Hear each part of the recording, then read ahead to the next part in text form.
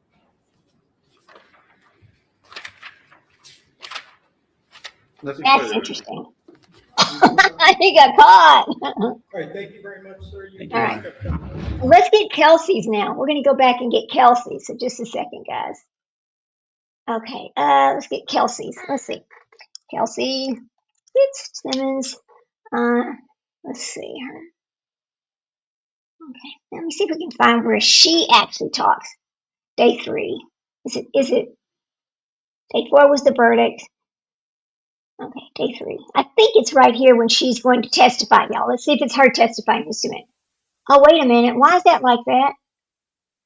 Oh, is that live? Wait a minute. We can't show live like that. Let me see what that is. Oh, no, this was streamed a day ago. I guess okay, well, that's okay. We'll just do it this way and we'll just make this big and we got to go backwards. I think we have to go backwards, Just right? just search her testimony. You'll be able to find it. Just search her Okay. testimony. Okay, let's do that. All right. Because it's very interesting. You're going to be going, oh my God, she's so different. I don't believe nothing he said. Okay, thank you. Oh, here we go. So this was 22 hours ago. Here we go. All right. And this is going to be from Law and Crime. Here we go. Let me make it big. Sorry, guys. We give full credit to Law and Crime. Okay. Yeah, exactly. Leslie says, how in the world is a rug user going to get custody of that baby? See, I kind of, he goes, allegations were made. No, I believe that they caught him. I believe they caught him. Here we go. Let's listen to this. Here we go. Would you raise your right hand? Do you solemnly Full swear credit, Law and that Crime. the testimony you're about to give in this cause now and hearing shall be the truth, the whole truth, and nothing but the truth, so help you God? Thank you. You may have a seat and put yourself right up to that mic.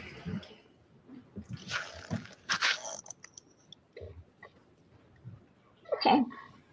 I just have to give credit where credit's due. Thank you, Your Honor. May I inquire? Yes. Thank you. Good morning, miss. Good morning. State your name and spell your last name. Kelsey Fitzsimmons, Fitzsimmons. How old are you? I'm 29. Excuse me. Do you mind? I'm just pulling that mic Yes. a little bit closer just so that we can hear you. Is that better? And I didn't hear your last answer. You're how I'm old? 29 years old. 29. That might be better for you. And what's the town of your residence? Currently, Newburyport. Where'd you grow up? I grew up in Methuen. Methuen, Massachusetts. And did you live there your whole life? Most of it, yes. Did you go to high school there? I did. And where did you go? Methuen High School, When did you graduate? 2015. And you lived there He's with your young. parents and your family? Yeah, I lived with my mom and my dad. There were 2 different houses. Tell the judge a little bit about your upbringing and your family and who's it. So I have my mom, my dad, my mom Lauren, my dad Steven, my older brother, my biological older brother Stephen Jr., and then I have my stepfather William Page, his 2 kids that I consider my brother and sister, Madison and William. I'm sorry, I didn't hear the names. My younger brother and sister are Madison and William. Madison and William. Did you say that they were step-siblings? They are step, yes. Try to keep your voice up. Okay, Just sorry. use the mic, Okay. kind of like I am, a little bit like that. Okay. I bet those other dots would be better. Let's see. That's kind of blocking her You guys face. are a close family, right? Yes. And they've been with you through this Mm. process. all the We'll time, just right? stick with The whole those. time. When did you graduate high school? 2015. Did you go to college? I did. And where'd you get your degree from? I got my degree from Fisher College. I got my Bachelor of Science in Criminal Justice. What year was that? 2020. What Good for her. what were some of the awards and distinctions you received at Fisher College? I think my junior year, I was inducted into the Criminal Justice Honor Society. In my senior year, I was voted in as the president of the Criminal Justice Club, and I just worked closely with campus police there and the advisor of the Criminal Justice Club. Did you work while you were in college? I did. Where'd you work? I worked for the college as a work study, and I also worked as like a host slash waitress down the street at a restaurant called Cheers. Or everybody Did you, knows your name. Do any Sorry. security work? Yeah, in 2016, I was hired by Fenway Park Security, and I believe I worked there in 2017. And like throughout all of Fisher College, I worked for campus police as a work study, like a dorm proctor, checking IDs of students. After graduating Fisher College, you have the B. Is it a BA or a BS? Yes. BS in criminal justice. Yes. And what was your kind of goal for your life and your career with that degree? When I graduated, it was the peak of COVID, so everything got a little confusing on what my next steps Oh, were. yeah. My plan originally was to try to go straight to a police academy, but when I graduated, there was no police academies running, so I decided to, because I love school, I decided to further my education and go to law school. Where did you go? Smart. And tell us about law school a little bit. I went to Massachusetts School of Law. I did about 3 semesters, and then some academies started to run again. And did that change your pathway? It did. What happened? The Essex County Sheriff's Department started doing Sheriff's Department academies again. So I applied to be a corrections officer, and that was in 2020. And I went through their academy in 2021. Where's that academy? Their academy is at the Northern Essex Community College in Haverhill, Massachusetts. And what was the course of study? Just in general, what did it entail and how long was it? It was 3 months. It had to do with just the training of being a corrections officer. Do you want me to just move ahead to where she starts talking about what happened, or do you want to hear all of this? Because they're just, how much ahead. training she Move actually ahead. has. Yeah, we'll just move ahead a We little don't need all because that. that's what they're asking her. Because she has a lot of training because she went through 2 police academies. So, okay, so she got trained and then she became a full-time officer. Okay, now this is where she meets him and she starts talking about him. Here we go. Oops, there you Hitting go. off. Was in the academy we were dating. He is a North Andover firefighter. At my police graduation, he pinned me. Oh, how sweet. And then I would see him on calls sometimes, and we eventually moved in with each other. We got engaged. We had a baby. And what was Okay. the baby's name? What's the baby's name? My son's name is Caden. How old is he today? He's 13 months. Oh, how sweet. And Justin Elaine is the father. He is.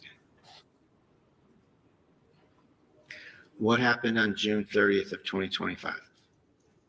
On June 30th of 2025, I woke up in the morning. Let me be more specific. Okay. I'm sorry. Did he take any actions relative to you in terms of your relationship that day? Yes.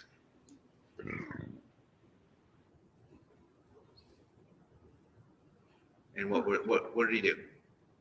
He obtained a restraining order against me.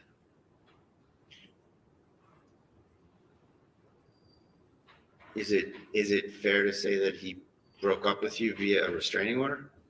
Yes. I did not speak to him. I'm sad. I realized our relationship was over when a restraining order was handed to me. So let's rewind to the events of that day, okay? Okay. My So that God. morning, were you home? I was. Who was home? So my sister slept over the night previous, so June 29th to June 30th. So she was over in the morning. Maddie. That's Madison, yes. I was with my son. I had work at 1 p.m. I had to go to CPR training at 1 p.m. Okay. Now, had you been out of work for a while? I was, yes. Okay, hang on. Yeah, because she had a baby, but you're right. He's a lowlife and a coward. Damn right. Just call him the yellow man, coward of the county. Good God. When did you first go out of work? Ridiculous. I worked up until I gave birth. Caden came 5 weeks early, Oh, a preemie. so I wasn't expecting it. So I went out basically the day I gave birth to him, And his birthday is what? February 16th, 2025. Now, when you were seeking to go back to work, did you get cleared to go back to work in June of 2025? Yes, Did that entail going through certain trainings and getting reviewed and stuff? I did. What was the event on the 30th that you had to do to finish that off? I had CPR training at 1 p.m. on the 30th scheduled. Was that your last thing you had to kind of go through? That was it. Yep. Were you seeking to see Justin Elaine that day? Yes, we had spoken through text and on the phone in the morning. I was asking if he would come home because he hadn't been home in days to be with Caden while I went to work. And his response basically was, I can pick him up and watch him. And I said, you're not a babysitter. So there was a bit of argument about that. You're, Text argument. yeah, it was like, you're his dad. You're not a babysitter. You can come home. I don't understand picking him up and watching him. That was very odd for me to hear as his father. Moms don't like when dads say they're going to babysit their own kid, right? Yes, like you're your dad. And at some point, just to kind of cut to the chase on that, you made a plan to meet up in North Andover? Yeah, there was a lot of texting back and forth. He originally said yes, and then he said no, and then he said, I'll meet you tomorrow. And I said, you have work tomorrow? That doesn't make any sense. He worked a 24-hour overnight shift. So Is there something about gas money as well? yeah, he said that he couldn't drive from Stowe, Massachusetts to North Andover because he had no gas in his truck. And Listen to that. He had no gas in his truck. That's his excuse. Well, we know now that this was all part of that. I'm getting custody of my child because I'm going behind your back and getting a restraining order. Yeah, that's what he did. Little coward. Little coward. I just was trying to get him to meet me. I'm like, we need to figure this out. I go to work in a couple hours. Like, we need to figure this out.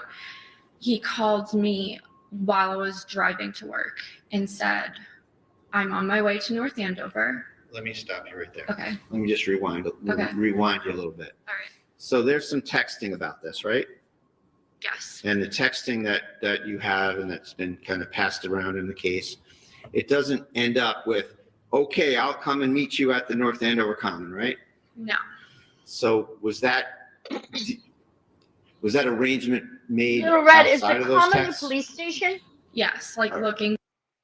See, I don't know if it's the police station or if it's like downtown, like the square. Like the city hall or whatever, city hall or whatever? Yeah. I'm not sure. Because to me it seems like Yeah, but that's what it would be, but because he was referring to the common too, and she just referred to it too, and I mean, I just don't know what that is back east. I have no idea. yeah, me neither, because I've always lived in Texas. There we go. Yeah. Can't y'all tell?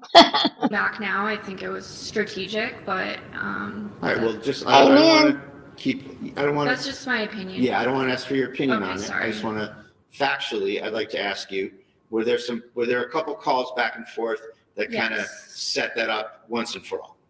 Yes. he I'm sorry, called she me seems a lot more on my way authentic to in her work. testimony than he I does. decided I'm gonna bring my son with me. Which She wasn't does. a big deal, but when I was on my way, he calls Well, me. hold on a second, just to be, yeah. I just need to confer with our court staff. Mr. Ring, can you turn the? And just again, pull yourself up to that mic. Yep. Then make yourself comfortable. May I proceed? Yes. Thank you. Sorry. So, Ms. Fitzsimmons, the last discussion we were having was that you were arranging to meet Mr. Elaine at the North Andover Common, is that right? Yes. And did he call you about it when you were on your way to CPR training? He called me. I think I was putting Caden in his car seat. I missed it. And when I got on the road, I called him back. And what was the conversation about meeting up? It was quick. It was, Kelsey, I'm on my way to North Andover right now. My mom just gave me gas money. I'll meet you at the Common at 2. And I said, okay, I love you, bye. And the phone call had already hung up. Okay. And after that, you went to work Okay. I went to work with Caden. with Caden. Okay, so I looked it up, and what it is, the North Andover Town Common is a central public space and a focal point for the town of North Andover. So it's like the square, I guess. So there we go. Oh my God, get out of my head. I just pulled it up too. We always do that to each other. See, that's why we're a good Oh team. my God. I just pulled it up. I was just going to start reading what it was. Funny. Oh, that's funny. All right. And what was the schedule? What was on the schedule for today, for that day at work? It was a 1-hour CPR training. So it was going to go to about 2 p.m. So it was 1 to 2? Yes. Did you get there on time? I think I got there a couple minutes early. What was the layout when you got there? Who was there? Where'd you go? What was the general kind of mood of you going there? So I knew it was going to be held in the community room. I was told prior that's where it was going to be held. So right when you walk through the officer's entrance of the police department, the community room is the first door on your right. So I just entered right through there. And you had your baby? I did. And it's fair to say this isn't a visit to the police department where you're in full uniform or anything, right? No, I was in a t-shirt. And that's because you're going to be training, working on, those rubber dummies that you trained for CPR, right? Yes. Who met you when you got to the police department? Who was there? Detective Gordon was conducting the training. I'm sorry, did you say Gordon with a G? Gordon, yeah, Gordon. And you saw him? Yes, he was conducting the CPR training. Did you see any other friend and colleague officers around that time period? I saw Lieutenant Domenico as well. And did you have a chat with Just him? don't want to get in I trouble. didn't really talk because I was in the middle of the training. It was just we waved to each other when he was walking out of the door. What happened with Caden while you were doing the training?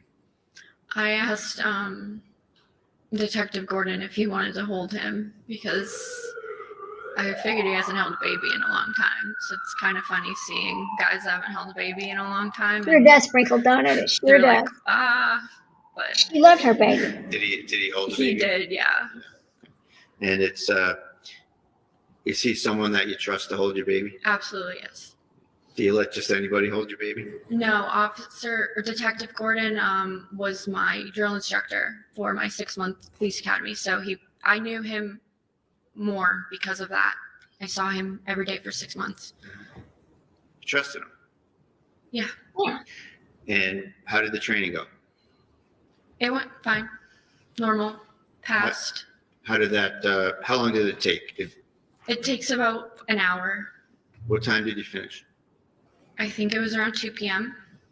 Who else did you see while you were at the station?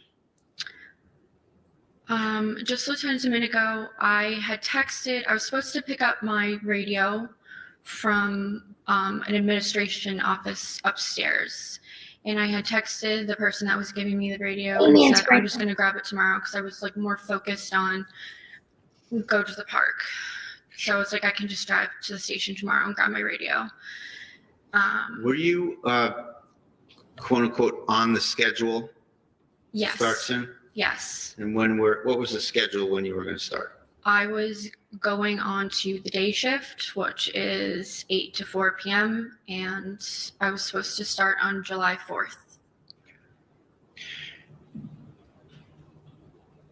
You left the police station at about what time? Detective Gordon walked me to my car. I probably pulled out around 2:05. Where'd you go? I drove down Osgood Street to the Common. Think about this timeline right here. She's talking to him about, well, can you watch, you want to come get the baby, blah, blah. And he's at this, he's wherever his mother's house, right? And he's talking about he doesn't have the gas to get over there. Okay, that makes no sense. And then he says, oh, well, yeah, my mom gave me some gas money. So he heads over there. Now, in the meantime, she's going into work at 1 o'clock to go do this training, okay? And he says, I'm on my way while she's going to this training. So he was lying to her. There's no way he could have been coming from where he said he was and on his way, while she, and going to the courthouse and getting RO and going over to the police station to have it served on her that afternoon at 5 o'clock in the afternoon when this all happened. There is no way. He was already in town. He was lying to her. Poor thing.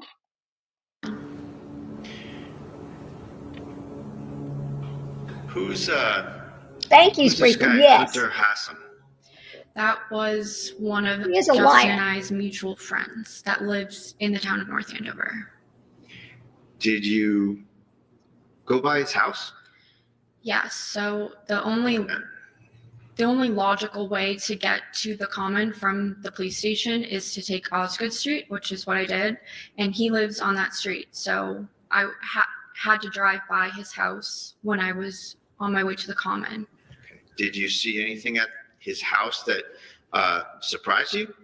Yes. What did you see? When I drove by, I saw Justin's truck, and at first I thought nothing of it. I thought maybe he got into town before I got out of training and stopped in, like that would be normal. But then I started noticing other cars I recognized there as well. And Whose cars were those? I saw my maid of honor's car, Katrina Caruso. I also saw people standing outside near his pool. I know I saw his sister, Courtney, Justin's sister. Now I want y'all to think about this. I saw my maid of honor and and a bridesmaid. And a bridesmaid, right? Well, I'm telling you what, they weren't that good of friends to you, because if they were your friends, they would have warned you, you're fixing to be blindsided, girl, because let me tell you what he's doing. They were at this other guy's house at this. Why were they all there? Why was nobody letting her know what was fixing to happen to her? This is really sad. Yeah, he does remind me of, Drew Peterson, you're so right. He does remind me of that, Cinderella. He sure does. What kind of bullshit friends did she have? God almighty. See my comment right above. No, I saw Michelle. Let me see what your comment says. Drew, Yeah, I said he blindsided this poor girl, and you said he blindsided her. I mean, Yeah. exactly. I mean, he's an arrogant SOB, and her friends are not her friends, because they would have stood up for her and let her know. Oh my God, this is horrible. But Mitchell. the whole thing is, as a friend, wouldn't which you? one? Okay, if my friend's fiance called me to a quote unquote meeting and said Yeah. he was going to do all of these things, which obviously he told them what he was going to do, wouldn't you have asked the question, why? And then wouldn't you have gone to your friend and said, hey, this is what's being said. I'm concerned about you. Are you okay? Hell yes, that's what I would have done. I would have went You right know- to her and said, I would have told her exactly what was going on, so she didn't get Like, blindsided. Yeah. What is going on? I mean, my first concern would be, is my friend okay? And then when she would say, yeah, I'm fine, well, you know what he's doing to you. So Well, where's the yeah. where's the girl code in all of that? Your best friend and your maid of honor and your bridesmaid are Mhm. siding with your fiance. Why? Are they all doing drugs together? I mean, why? How does that It's, happen? I don't know. Because that is certainly not, I mean, a girlfriend of mine would not do that to me. And she did not even know this was going on because she's on the phone talking to him saying, well, I love you. And of course, he doesn't respond back because he knows what he's over there planning, what he's going to do. Oh my God, here we go. What did she do? Like Another one of my embarrass bridesmaids, so him? Did she do something to his ego? She obviously did something, I think, that really offended him and like offended his ego where he was like, I can't be with her anymore. Something I don't happened, know. I mean, whether it was that bachelorette party or whatever. But you know, if mhm, he's a drugger, he's a drinker, and he was probably drunk at the bachelorette party too. So right? he was probably provoking it. Oh yeah, absolutely, Leslie. They stabbed her in the back and they aren't true friends. Absolutely.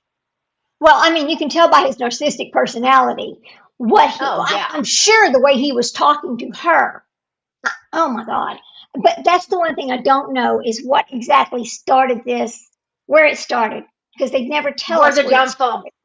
Yeah, where the yeah, and they never did bring up her postpartum diagnosis. right.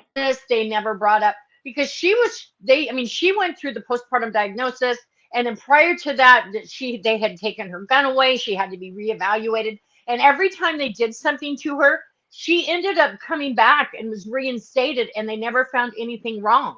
I bet you It he's was the like one that instigated all that. they just kept trying to destroy this woman, but she was always successful in coming back. Like it was all unsubstantiated. So he, like Wow. you say, he probably started all this bullshit, and he didn't win, You know, because the and truth it's always sad. comes to the top, right? It always comes to the light. All right, we'll keep going It's here. I sad was because like, her It demeanor, is what sad. is going Go ahead. her demeanor on the stand is so very different than his demeanor. I She's mean, very calm. we've seen women be on the stand like Letitia, Casey Uh, Anthony, uh-huh, Lori. We've uh-huh, seen women be on the stand and knowing full well that they were guilty of what they were charged. This woman's demeanor is so very different than anybody that's guilty. I mean, you can only hide so many things. Look at right? how she's portrayed and him. I know people can put on a show, but your truth shows through. It shows through in some way. There's nothing about her that seems to be an aggressor. She just Mm-mm. seems very calm, just very, you could tell she's extremely hurt, Oh, but yeah. Yeah. just her whole aura is so different than his. She So was she's not coached. crushed, right? She's crushed, She and was then not she's shot in the coached. chest. Yeah, think about that. Hmm. And she's got a hole in her chest from her fellow officer. God, And she's lost her career. and yeah, she's lost her career as well. You're right because she was going to take her own life. Oh my God! All right, let's get it later. Yeah, on right And now?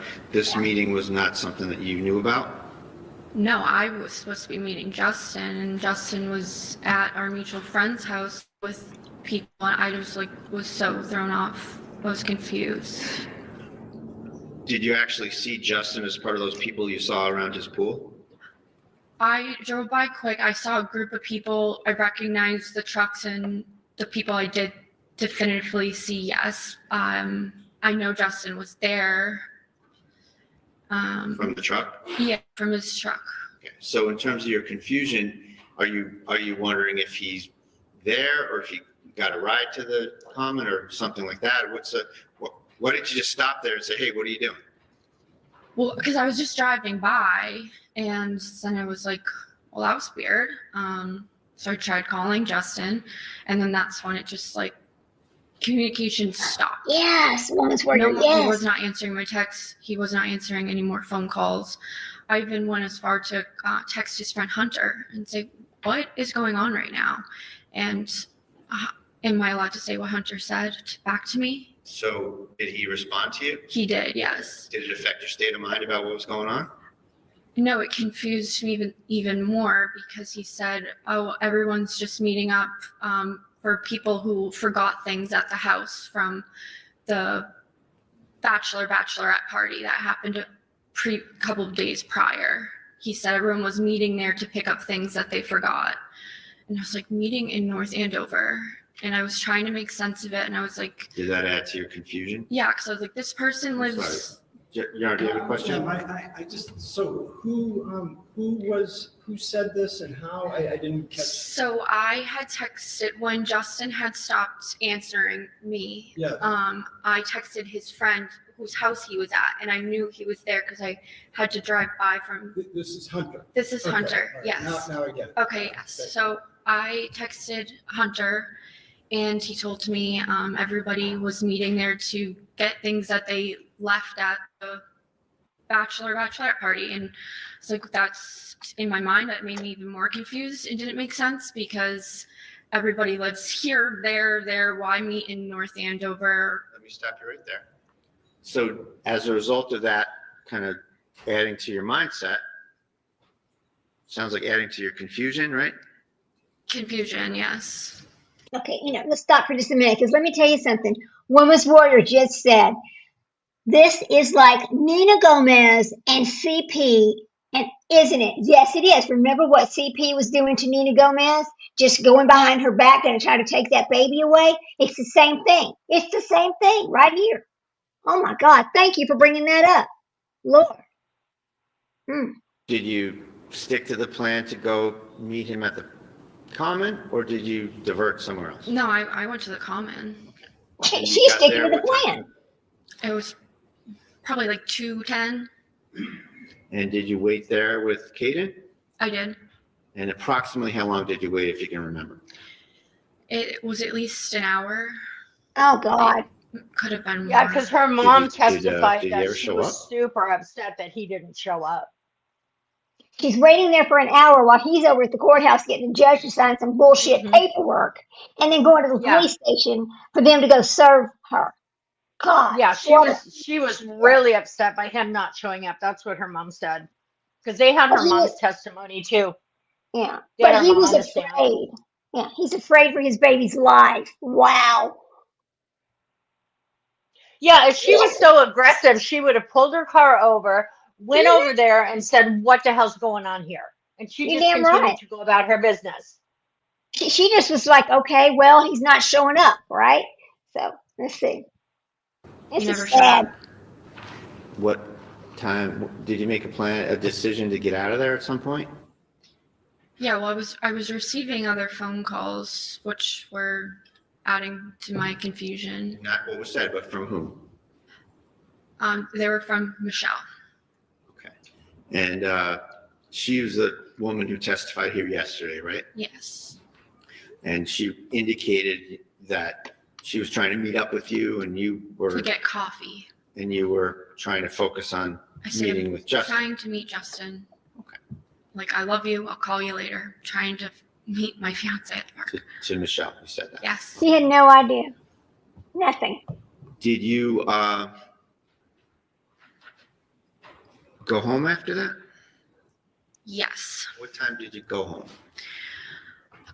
It was at least an hour after 2 p.m. So sometime around maybe 3:30, because I know I was waiting a while at the park. Caden's bottle had run out of milk, or formula. I had to go home. Now, as you sat here for the last couple of days, you've heard a lot of business about where you parked your car. Do you remember that? Yes. So you didn't park in your driveway, right? No. And you're adjacent to a school at 125 Phillips Brooks Road, right? My neighbor to my right is And school. I should say for the record, your home is 125 Phillips Brooks That's Road, my home. single family house in North Andover, right next to what school? The Atkinson Elementary School. And there's a big parking lot next to your Yes. fence line. Yes. And when you came back from the common, you parked in there. Yes. Yeah, they do piss Why me did you off. park in there? Because I didn't know what was going on. I knew something was going on. I first have my fiance just not showing up to meet me and not talking to me anymore. And then somebody that doesn't know I saw them trying to call me, and they're trying to meet up with me. I'm trying to meet up with Justin. And a bunch of other people were there. That didn't make sense. And I thought they were going to come to my house or something. So I Right, didn't want right. anyone to know I was home. So I just parked at the school. Okay. Did this have anything to do with the North Andover Police Department? Had nothing to do with the North Andover Police Department. So you parked at the school, and as a young new mom, you probably I'm pretty sure because we get that woman's intuition. We get that extra sense. Okay, something's not right. She's sensing something's not right. He came to the house and he picked up his guns, right? And then he goes and spends the night at his mom's house. Okay, that's odd because he lives with her. And then he's supposed to meet her, but doesn't show up. By then, I'm sure she's like, something is up. It's not right. I need to protect myself. So I don't She blame her for probably, parking at the school. if it was Yeah, me, I wouldn't have parked in my driveway because I wouldn't have wanted to get blocked in. I would right. have wanted to be parked in an area where I could leave in case That's right. something weird happened. I know that she felt something wasn't. Yeah, And if because this is she is, just, yeah. Woman's warrior ghost because she's just a normal, genuine, loving, caring woman going about her day. She will have had, she had that inkling. She felt something. Anytime you get that feeling, you need to pay attention to that because 9 times out of 10, we are correct. We are correct. So I mean, I can't even believe that they filed charges on her over this situation. That's another thing that shocked me. Here we go. Mm. had a lot of stuff you had to carry. I had his diaper bag. I had him in his little carrier. And I had my phone in my hands and my house keys. And you walked around and you went to your door.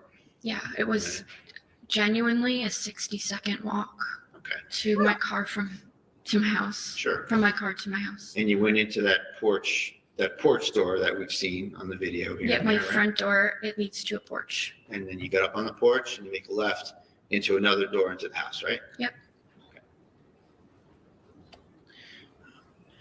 Okay. What happened when you first got home? What did you do? I made Kaden a bottle. I called my mom. I asked my mom if she would come over because it was like, what do I do? Like, what's going on? So you wanted some support from mom. Yeah, Yeah. so, like advice. My mom's my best friend. I knew she'd come over and maybe like have a Figure different. this out. Yeah. Sorry, I'll withdraw that, Judge. I'm just trying to move on. What was your? Mr. Brado, I'm sorry. I assume the objection is for leading? Repeatedly, yes. Okay. All right, yeah, if you could just stay away from leading, thank you. What was your state of mind about having mom come over? I was sad. I was really confused, and I wanted her advice. How far away does your mother live? She lives in Methuen, so her house is about 7 to 8 minutes away, but I think she was on her way home from work at the time, and she has to drive right by my house, or my old house. How was Caden at the common and then getting home? How was he behaving in terms of fussiness? Or was he okay or sleeping or quiet or what? I ran out of his bottle while at the common. I thought I'd brought enough. I think if our plans played out, I would have had enough for taking a walk in the common. But because I was waiting for so long, I ran out of his bottle and he started crying. I drove right home. And then at home, you made another bottle and started to give him the bottle. Yes. Minister. What time did your mother get there? Approximately. Like maybe 5 to 10 minutes after I got home. And you did you visit with your mom for a while and consult with her on the situation? Yeah, we sat on my couch while I fed Kaden. She did some There you are. my house was messy, Yeah, I got so mine. she was just trying to pick up around the house a little bit for me. And we were just talking. Okay. And did she leave at some point? She did. When was that? probably had her over for about an hour. So it's probably Maybe 4:30 by 5 o'clock now, she left. or 5 o'clock. Okay.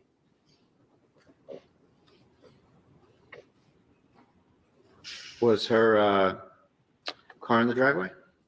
Hers was, yes. And obviously she got in the car and left in her car.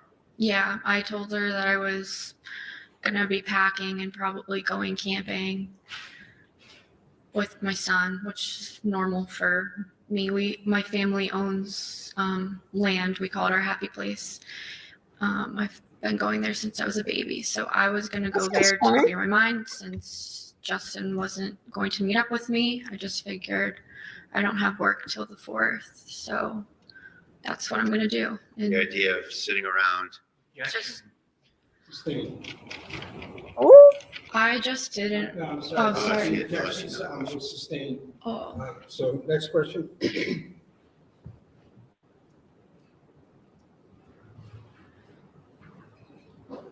Why did you want to go up to the land? to clear my mind. I've brought Kate in there 2 times before, and like for a 4-month-old baby, he crushed it up there. He loved it. So I just thought, I texted Justin, I'm going to my land. He knows what that is. He proposed to me there. He knows I call it my happy place, and I told him I'll send you pictures when I get service, and I love you because there's not good service up there. And that was the last thing I ever said to Justin.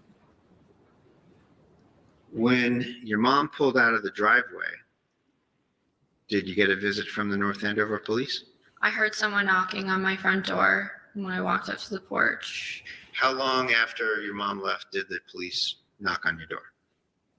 I know now approximately 3 minutes. And what were you able to do to figure it out pretty well?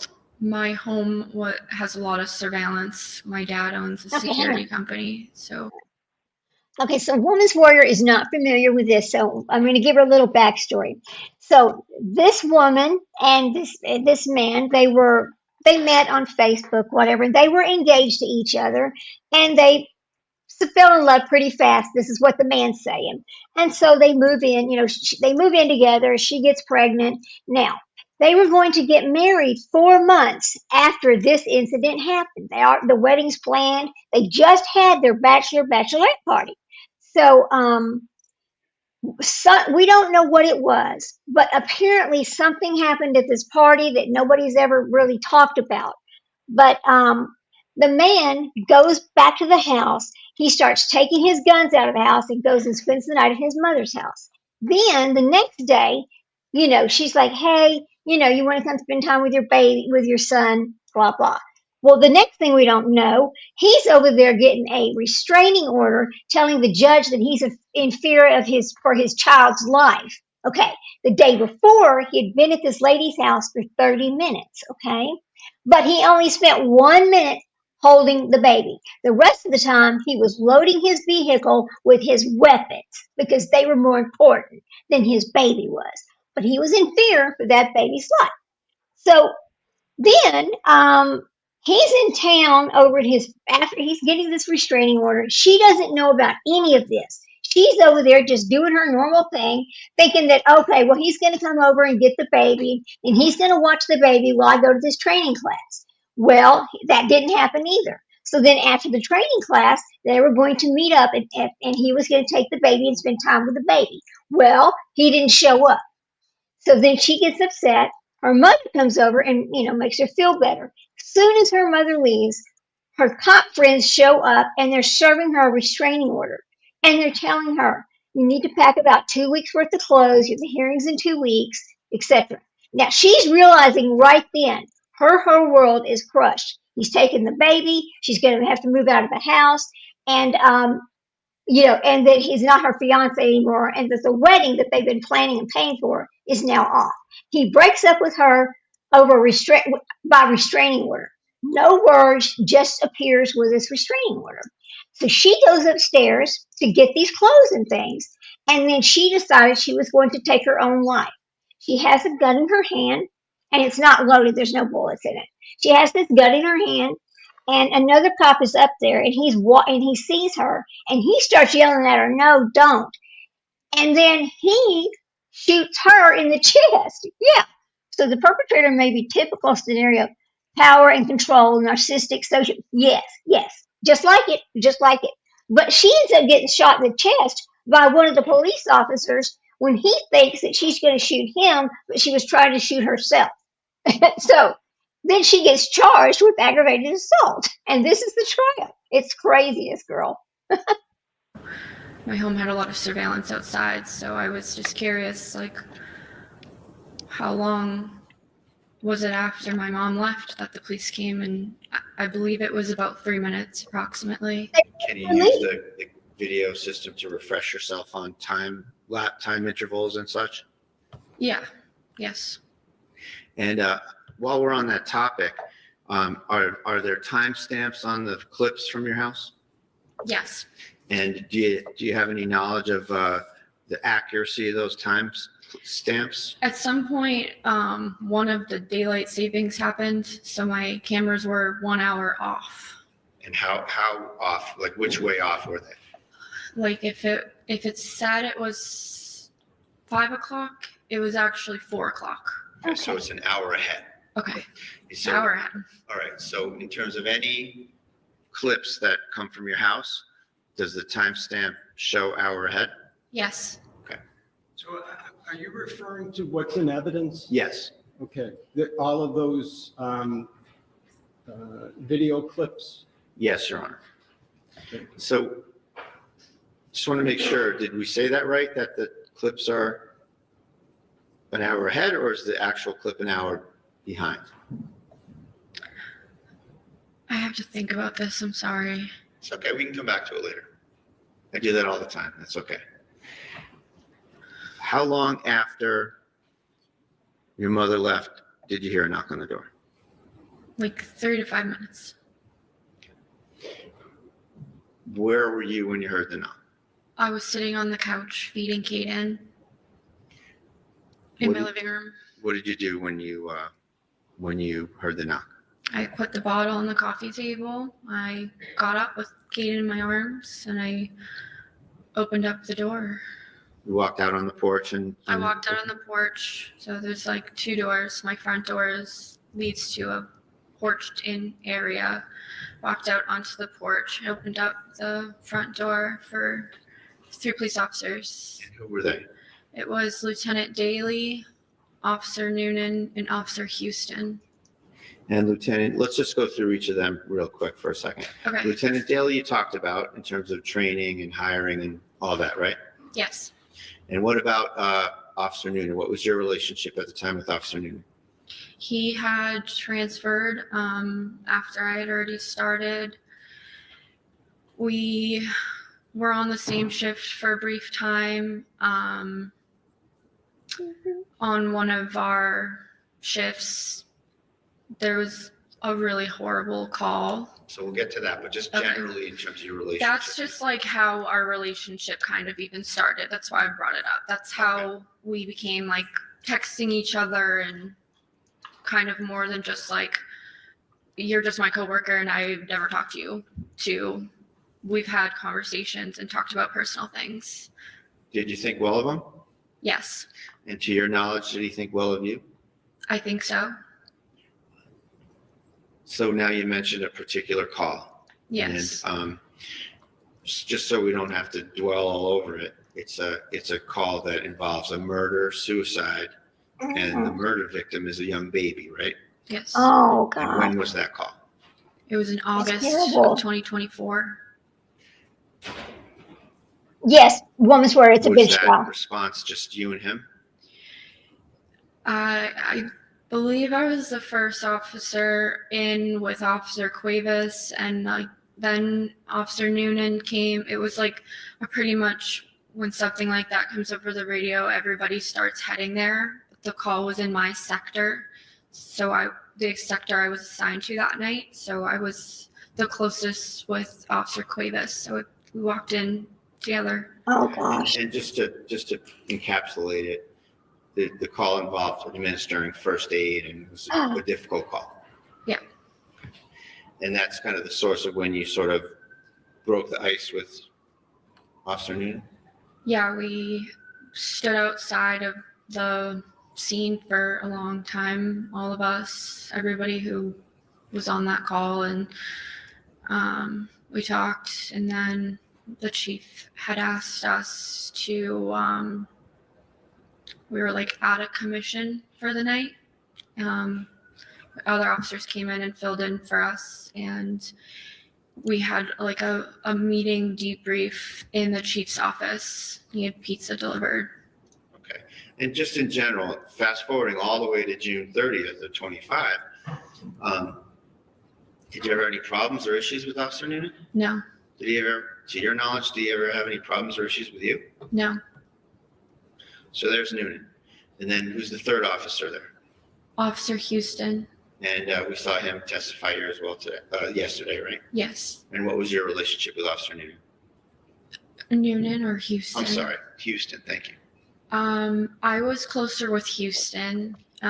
Probably out of the three of the people that were at my house that day, Houston and I were friends. He came to my engagement party. He was invited to my wedding. We have the same type of dog. I think they've met before. The dogs, I mean. Yeah. He was a work friend. He was a work outside. friend. Yeah. So these three come to the door. What are the circumstances of how they come in the house? Did you let them in, or how did that happen? I opened the door and Lieutenant Daly immediately put his foot on my front porch, and we didn't just come in, and I was like, okay, all right. I didn't hear that one. When I opened the door, Lieutenant Daly put his foot into. Let's talk about this for a second. So her teammates, these are her teammates at the police station. You know, she works with them. They go on calls together. They've seen some pretty horrific things. Her teammates are now at her home about to serve her with a restraining order and remove her baby from her arms to give to this man who claims that his baby was in danger, but his firearms were more important. Imagine how she felt right then. I can see a lot of pain. I can see a lot of hurt. I can see a lot of, I don't understand. I can see, what are you doing to me? Go ahead, Sprinkle. Yeah, definitely case of the Boys in Blue Club, you know, as her coworkers, somebody should have come to the door and checked on her, made sure she was okay, seen what was going on. You know, there should have been a lot more done than to just serve her without restraining order. I mean, I totally understand exactly. And this, okay, so she's pretty upset that number one, they're at her door doing this. And number two, they are removing this baby from her. They're taking her baby right then and there. She don't have a choice. She has to give the baby to them. Okay, so then this is when she figures out, oh my God, my fiance just dumped me by a restraining order. That's like getting fired by text message. It is ridiculous. We'll let her keep on going. It's ridiculous. My porch, and they just said, we need to come in, and I said, okay. And then did you turn around and you and Kaden walked back in the house and they followed you? Yes. So what happened when the five of you got into the living room area? They asked me, Lieutenant Daly asked me to put Kaden down in his car seat. They've referred to it as like a rocker does rock, but it was his car seat. And I was in the middle of feeding him. So when I put him down, he was crying. And I was like, whatever this is, I'm going to hold my son. Because they had a folder. I knew they were going to give me something. Wasn't at that moment. Yeah. Did you have any idea what was going on? No, I knew, obviously I knew something was going on. The police are in my house, my coworkers, but when they told me to put Kaden down, I was like a little hesitant because I'm in the middle of feeding him. And then I listened, I put him down, And he started crying, and I was like, no, I'm going to hold my son, whatever this is. Like, I'm going to feed my baby and read it. Right. So Me I too. picked Caden back up, and I had him on my lap while I opened the envelope. And that's when Lieutenant Daly said, Justin filed a restraining order against you. Okay, so you're trying to read it and he's talking to you and the baby's crying? Nope, baby you isn't feeding crying anymore. I picked him up, and I'm feeding him. What did Daly say to you about the situation? I asked a lot of questions, like why? I was supposed to meet him at the park like a couple hours ago. I'm confused. He said he didn't know anything. And I said, do you have the affidavit so I can read what I'm being accused of?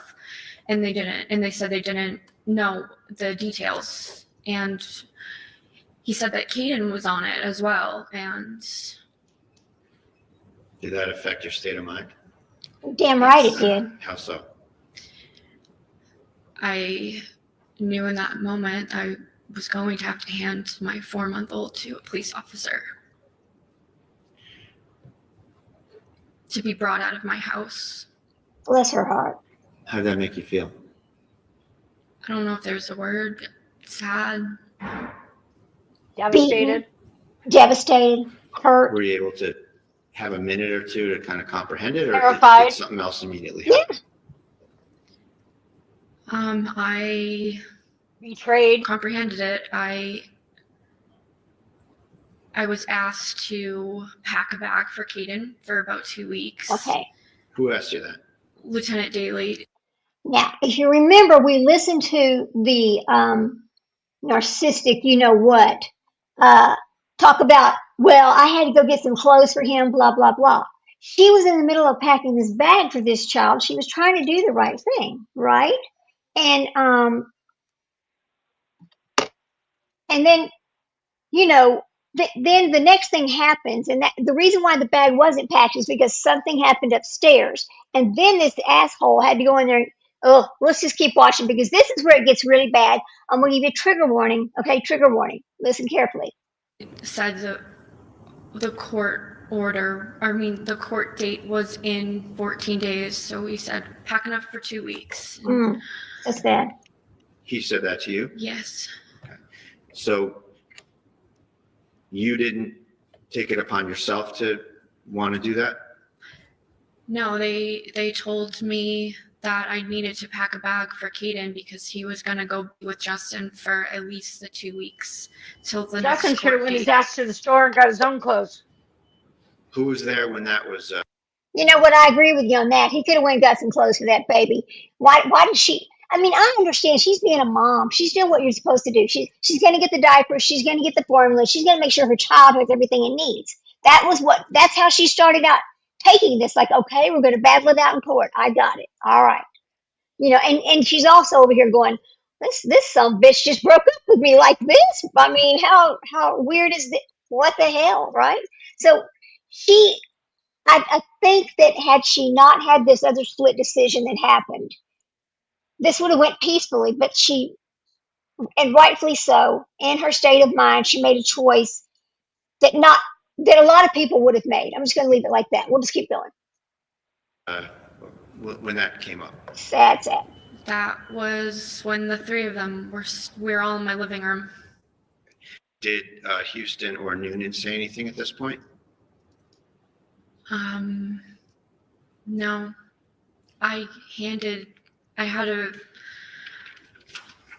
knew if I put Caden back in his car seat, he was going to cry. He loves being held.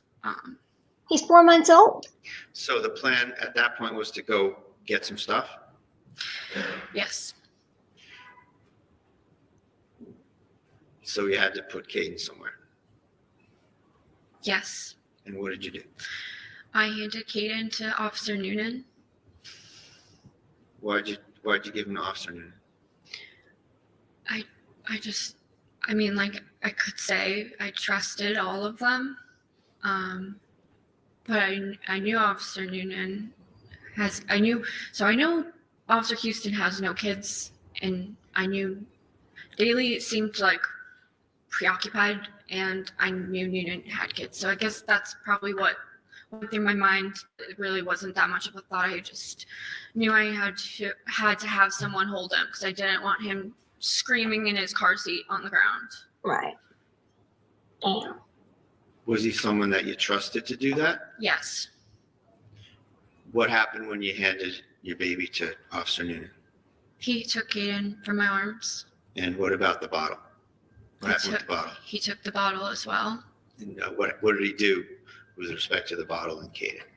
He was trying to feed him. Oh. Did Officer Noonan exhibit any resistance or discomfort or anything with respect to holding the baby? No, I think he said like, "Oh, I haven't done this in a while," like something like that.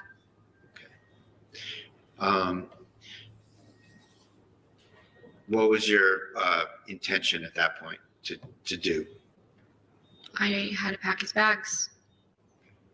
And are you, as you're starting to go figure that out in terms of luggage, what do you need, where's he going, etc., are you having kind of an unfolding thought process, if you will?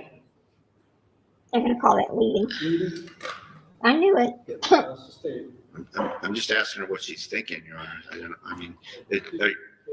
Just ask. What are you thinking? So it took.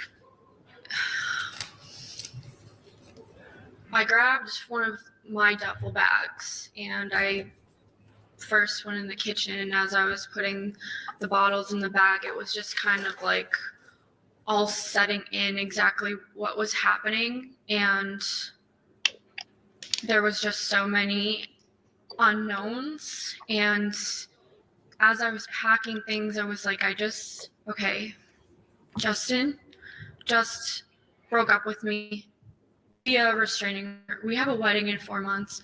Caden is not going to be with me for 2 weeks. That's an eternity for a mom, any mom. And then everyone was just brushing over the fact that it was 2 weeks. And I was like, 2 weeks without Caden? Like, and I just kept, in my mind was just going fast. Like, I can't work overtime because I have a son now. I can't afford my home by myself without overtime. It was just, I lost everything. Even my doggy was on the restraining order. Oh my God. Maverick, my dog Maverick, was on the restraining order. So, I tell you what, it'd be a cold day in hell when somebody with a restraining order takes my little Jack away from me. That's not happening, ever.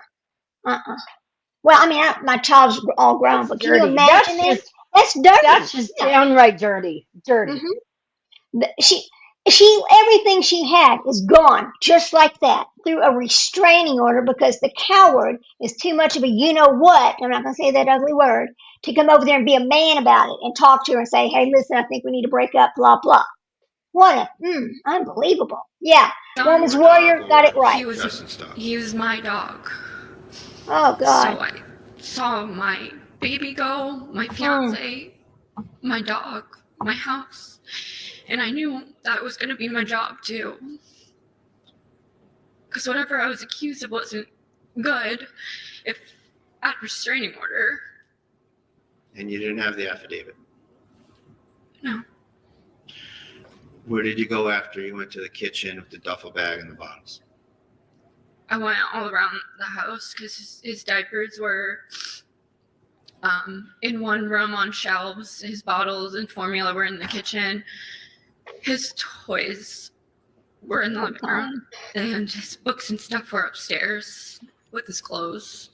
Tell us what you did on the first floor before you got upstairs. What was the packing there? On the first floor was bottles and formula, and he was just getting introduced to like purees, and I had just ordered purees from Target, so I packed all those too. Then I went into the I went into, it was like our exercise room. It had shelving on the wall, and there was just like a ton of boxes of diapers. I just put those aside and was like, 2 weeks, a lot of diapers, so take the boxes.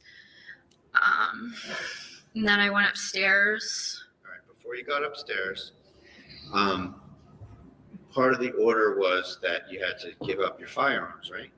Yes. Did you say anything to the officers about the location of your firearms? Yes, I did. What did you say? I told them that they were in the basement. Was that true? No, Why did you tell them that? because I didn't want them to take them away. Why not? Because I wanted to be alone with my firearm and take my life. When did you make That's the that truth. decision? I made that decision as I realized I had just lost everything in a 15-second conversation with my coworker.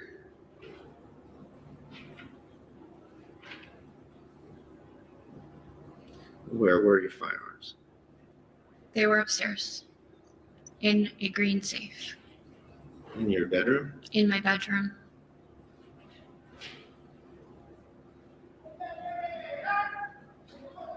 Hold on. Taking him out of court. Thank you. So you went upstairs, you mentioned? Yes.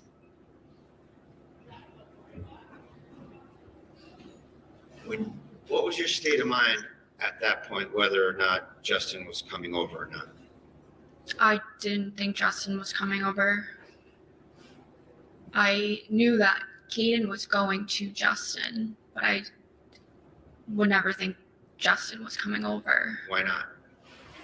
That's just not like normal practice to put a plaintiff and defendant in the same room intentionally. Usually you're doing the opposite as police officers. So I didn't think Caden, Justin was in the house. And the opposite being what?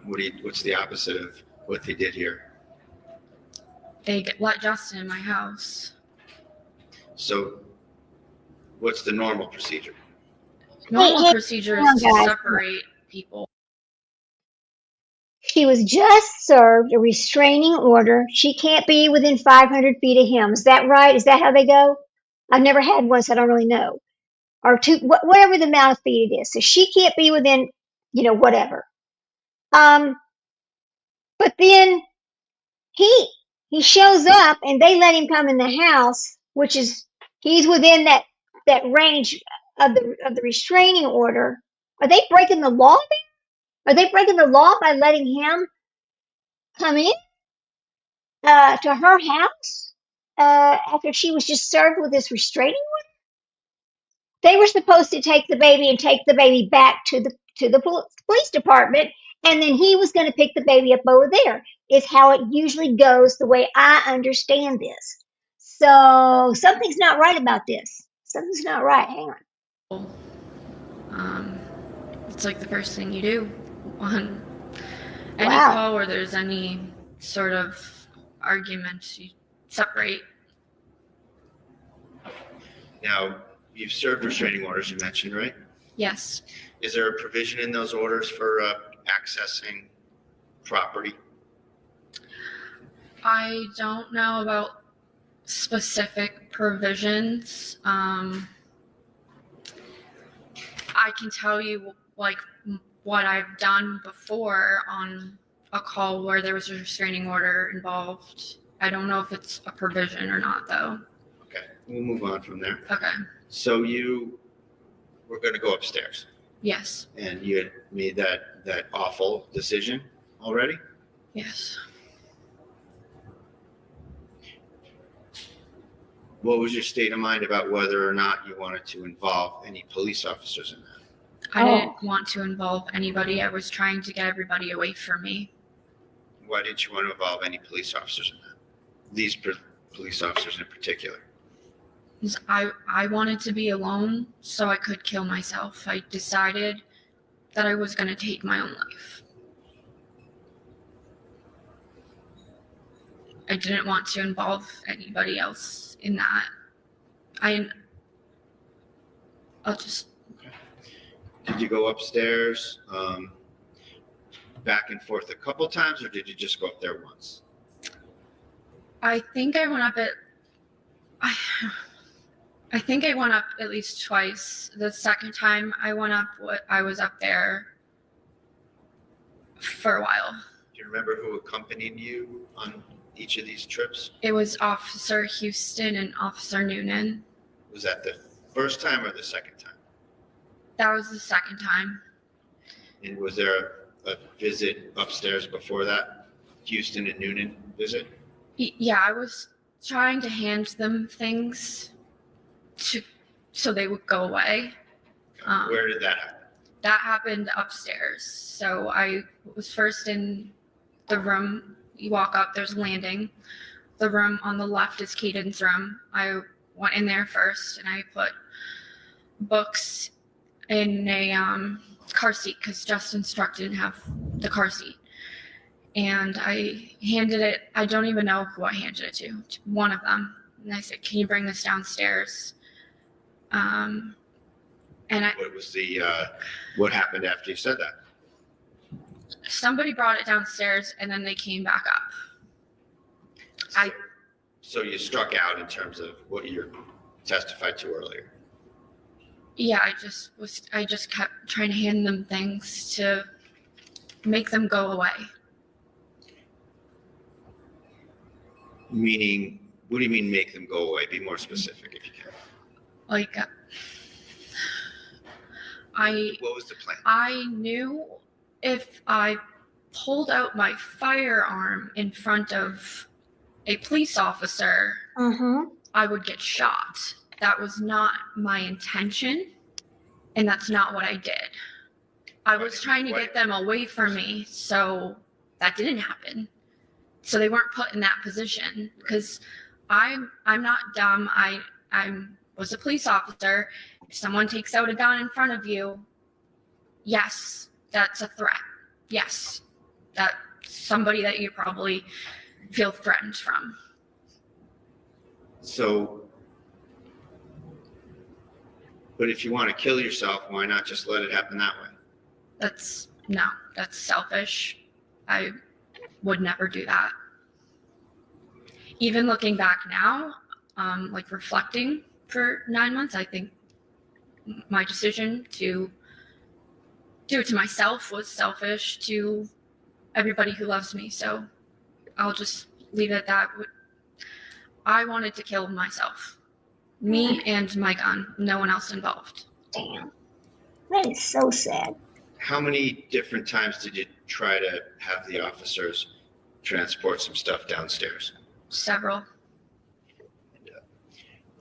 At some point, did Officer Houston leave the second floor? Yes. And that left who up there? Officer Noonan. So upstairs, it was Officer Noonan and yourself. Yes. At some point, did you go across that landing to the other room? Yes. Tell us about that. I was on the floor packing more clothes in the duffel bag. In which room? My bedroom. Okay, When we walk up Hold on. the stairs to the right. Okay, so you I finish agree with up that, in the Leslie. other room. I agree and with go that to your- 100%. Yes. All right. Tell us the circumstances of where do you go, where does Noonan go when you go into your bedroom? So nobody came into my bedroom with me. I was asked, I can't even say who exactly, like I don't know if Officer Houston had come back up at the time. Red, pause it for But a somebody minute. asked me, Okay. who is that? All right. Go ahead, Liz. Go ahead. As police officers, knowing she is a police officer, I would think one of the first thing that they would have done would be to secure her firearm. Yeah. See, that's what makes sense to me. I don't know why they I didn't. mean, that would be one of the first things I would think they would do. Why was that not done? Is that not protocol? I would mean- think that would be protocol. I don't know. I mean, it seems to me like, yeah, because you know that what, as these police officers know that what they were doing shocked her, that she knew nothing about it. absolutely nothing. They were Right? they were walking into they're filing a restraining order, so obviously there has to be some kind of physical reason for that. I mean, you don't get a restraining order for looking at somebody and smiling, obviously. Right. So to me, the first thing that they would should have done, walk in the door, where's your firearm? Is it secured? And then Right. proceed with the restraining order. Right. It We should doesn't. No. we should look into that. We should look into We that should. We and should. see if Yeah. that is something. Yeah, see, Women's Warrior, before handing her the restraining order, they asked for the firearm first. Absolutely, that seems to be protocol to me. Why was that not followed in this case? There's a bunch Because of they things. knew I she was mean, because they knew she was mentally unstable, and they just figured we'll just let the rain fall where it falls. I mean, it just seems like there was a lot of things in this case that weren't typical. Just how he got the restraining order so quickly, mm-hmm, how mm-hmm, how he filed it, absolutely. how he was there at the time of serving that restraining order. So many things. I mean, I'm certainly not a police officer, and do I know Right. everything? Me neither. But Right. it just doesn't make sense to me. It just doesn't. No, it doesn't make sense at all. And I think that she might have some grounds to take some legal action against them. I don't know if she will or won't, but because when you hear the other parts of this story, you're going to go, "Are you serious?" Because Hmm. Woman's Warrior, the Justin, the baby daddy, he walks away. He's not the one I shot. She gets shot by a police officer. So let's listen to this for a second. I It's crazy. I wonder if I wonder what the custody status is now with that Yeah, I'd baby. like to know that too. Well, if he's got some kind of drug thing, I bet you she has custody. Well, no, I don't. I bet maybe not. Well, I don't know because yeah, now that she's been yeah, found not guilty, right, right. that She she will get him back. probably will be able to get custody, but probably not up until this point. Right, right. Okay, you're Probably probably not. right So it's about that. Right. hmm Yeah. I wonder if this returns custody and then they'll have to go to court for, permanent custody, but she probably knowing if he has been determined to be a drug user, I'm sure she's filed for full custody at this time. I would if I was the mom. Well, I mean, now that she got her, okay, so everybody, so today she was found not guilty. The verdict came back that she was not guilty of attempting to assault a police officer with a gun because they filed charges on her like she was trying to shoot the other cop and that's why he shot her. But that's not what happened at all. So she got not guilty and that's what she deserved was not guilty. So we'll keep going. Here we go. Downstairs, and I said, I have no idea. And off. Let me ask you a little bit about that. What was your state of mind about you being asked that? What were you thinking about? I was like, I don't know. Did you hear anybody come in? No, but they did. Because they were on the landing, they would be able to. I was like more into my bedroom than them. So I was like, I have no idea who's here. Shouldn't you guys know? What happened next? Officer Houston walked down the stairs first. Officer Noonan followed him down several steps. Did that give you a chance to do anything? I knew my only chance to be alone with my firearm.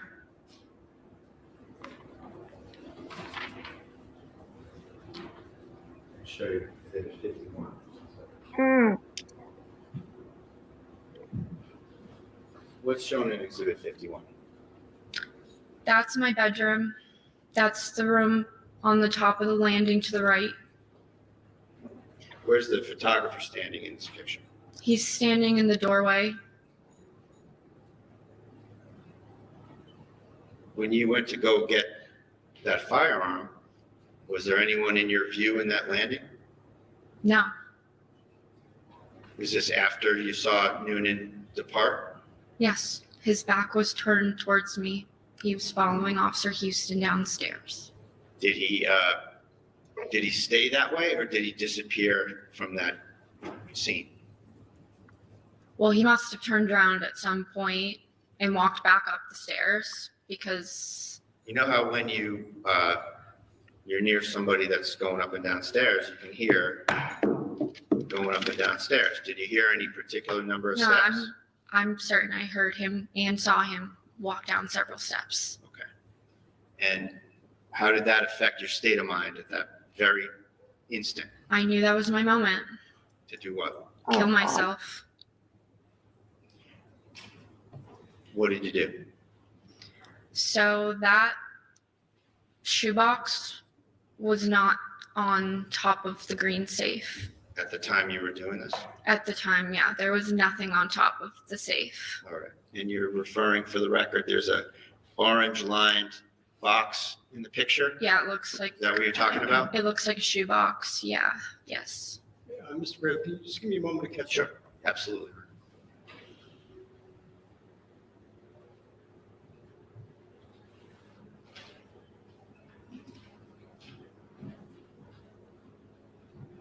I'm sorry, did you say that that box was not on the, what did you say about that box? That box was not there. The top of that chest, I'm calling it a safe. It's a chest that locks. That's where I kept my firearms.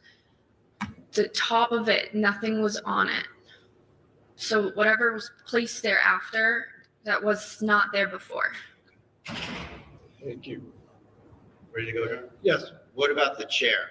Is that how the chair was? The chair was turned the other way because that was the chair I had rocketed in. That was not facing that way. The back of the chair was up against the wall, I guess. So it's kind of like as you'd expect it to be in the room. Yeah, I would need to pivot like this to be right. So it was probably moved. My room is small.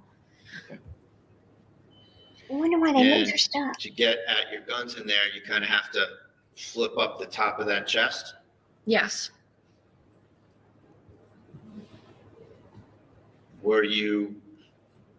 Where was your focus in terms of the firearm, the chest, whether Noonan's coming back? Where are you focused? I was just like, hurry up before somebody comes back. And what did you do? I grabbed the gun out of the chest. I put it up to my chest here. So what was going on with you putting it up to your chest? What was that all about? What do you mean when you say you put it up to? Like I just You made a motion to your stomach area, right? Yeah, like I just grabbed it quickly. I bent over, grabbed it, put it here, took 2 steps backwards. And I don't want to make the motion of what I did because it's horrible. But I put the gun up to my head. Oh, Which hand? did My you- my right hand, and where on your head did you put it? You can just describe it. my temple.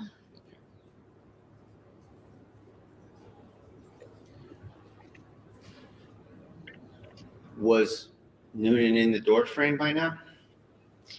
Not yet. He had just walked in, like when I pulled the trigger on myself, oh God, with the gun pointing towards my head. sad. What happened when you pulled the trigger? He said, Kelsey, no. Kelsey, no. I pulled the trigger. And I'm sorry, but I said, What happened next? I got shot. How long after you said that did you get shot? I don't even think I got to the K in the word before I was shot. What did that feel like? Mm. What part? Getting shot in the chest. Hurt? Did the force of that bullet knock you in I any wonder if he would have particular killed her if he would have been It brought knocked right me up on backwards. charges. I would like to know that too. But this is Patrick Noonan, her friend. I mean, they've shared a lot of information with each other, and I don't understand why, I think he overreacted to what was going on right there when he shot her. She had no intention of shooting him. I mean, I don't even understand why he shot her. Something is so weird about this. Uh, Now, no charges were filed against him because he thought that he was in danger, he said, and they went with it. But yeah, Right. that is a good question. Well, But I he's think he saying that did she overreact. pointed the gun at she. Right. He was saying she pointed the gun at him, but I don't think that was the case. And again, they don't wear those body worn cameras in that state, so it's a he said she said That's situation. right. But if you know, I thought they were friends. Let's think about this. So now her friend, it's the police officer that she works with, has now shot her when she was trying to take her own life. But the gun she had no bullets in it. She didn't remember. She did not remember that it was not loaded. So she's got an unloaded gun that she's got pointed through her head, and he's shooting her. Uh, God, can it get any worse? Let's just listen. This is wild.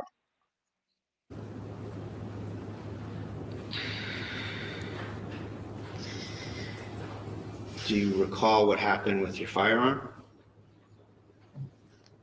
I got moved. It was Well, on. I'm sorry, Okay. bad question. I'll ask you a better question. Okay.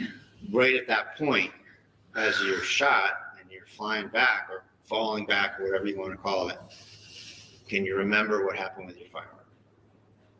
It fell out of my hands. It was to my head, and it fell out of my hand. And I fell on the ground, and the firearm fell on the ground. A couple of questions before we move on. At any point when you were doing that, when you had the firearm up to your head, was Noonan present during the time you raised the firearm to your head? Like when I motioned up to my head with it, Correct. no, he was not in the room. Nobody was in the room. When Noonan came into your view, where was the gun pointed? The gun was pointed at my temple. At any point, did you move the muzzle of that gun No, towards Noonan? no, never. Did you move it anywhere? No, never. Did you ever intend to harm Noonan? Never.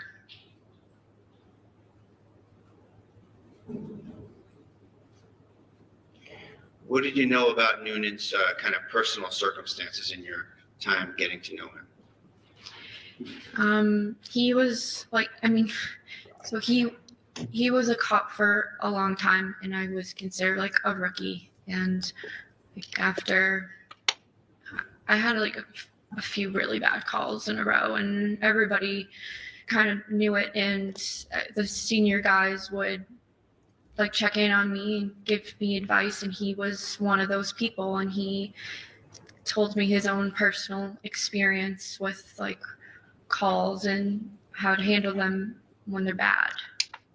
So what was his family situation? I've met his wife. I knew he had a son just by like talking. Did you want to involve him in your tragedy? I didn't want to involve anybody. I wanted to take my own life. I never pointed the gun at a fellow police officer. It never happened. When you went onto the ground, what did Noonan do after he shot you?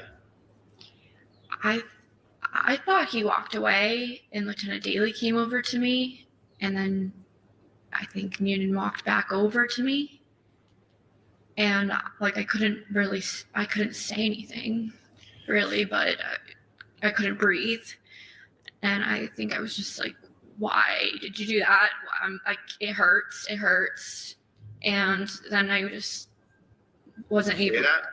I said, why? Like, why? And he was holding my hand. Officer Noonan was holding my hand. And I said, why? I was so confused. Why? Where was Daly? Daly was there. What was he doing? He was on the radio. I don't know what he said exactly on the radio. I'm assuming like. So, Now, you got to remember, while this is happening upstairs, the person that served the restraining order on her was downstairs, taking the baby out and running down the street as if he was in danger. And she's up there being shot by a fellow officer. Make that make sense. Oh God. you get shot, and you get shot in the chest, right? Yeah. Lower chest. After being shot, how did that affect your ability? I sound like a lawyer, but how did that affect your ability to perceive things, recollect things? I went into like a huge adrenaline shock. It didn't feel like normal pain. It almost felt like absent pain, but it felt like my entire body was burning, and I was completely alert, completely awake the whole time. I Gosh. was speaking as much as I could. My lung was punctured, so that's why I was having trouble breathing. But other than that, I was very alert and aware of my surroundings. Where were you laying in the room? I was laying between my bed and the wall where the air conditioner is. Were your legs parallel to the foot of the bed or somewhere else? I think so. Yeah, I think that they were. Were you bleeding? Yes.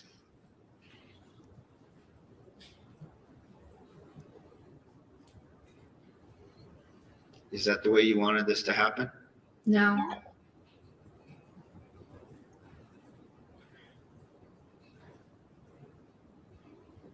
What do you remember next? How The fire terrifying. department got there fast. You know, it is horrifying. I mean, she's looking at the man who shot her. He's now holding her hand, realizing that he messed up. But he's not going to ever admit that he messed up. And so then she gets No. charges filed on her for assault, ag assault a police officer with a firearm that never was pointed at him. And that's why she's on trial here. This is truly, unfair. I'm glad she was found not guilty because that's correct. But she should have never been charged with anything in the first place. Nothing. No. Because he's the one that overreacted, not her. All right, here we go. Well, and there was no proof. I don't understand how they could even Yeah. file charges because there was Because no proof that gun was pointed at him. it's a he said, she said at that point, and It is. he has It is. he has to give a reason as to why he shot somebody. Well, she pointed a gun at me, Mm-hmm. you know. Mm-hmm. So I let's wonder let if this they'll in. institute body-worn cameras now going forward. I don't know, but if I was her, I know we all say these kind of things, but if I was her, I'd be filing some lawsuits against that city, especially over the fact that there's an RO in place and he's coming into my house. He's supposed to be Mm-hmm. going to the police station to pick up this baby, and now she gets shot in the middle of all this RO thing. Everybody be getting their damn ass sued. Everybody, especially now that I'm not guilty. That's right. It is. You're Yeah. right, woman's word. It's a colossal f up. It sure is. Here we go. Dang. Felt really fast. They put me in like a bag, A sack. and like they were all tall guys, and I knew that my ceiling, you would bump your head if you're over like 5'10". So when they were carrying me down, I said, "Watch your heads." And they brought me outside, and I think when I was still in my house, one of the firefighters was trying to put oxygen on my face, and I was taking it off and just saying, I want to die, I want to die, I want to die. Oh, God. Did you make any apologies at any point? I think I said, "I'm sorry, I tried to kill myself, I want to die." Like, I just didn't understand what just, like, I don't know what just happened. I tried to shoot myself, and then I got shot in the chest. Like, nothing really made, like, I was just in total disbelief and shock.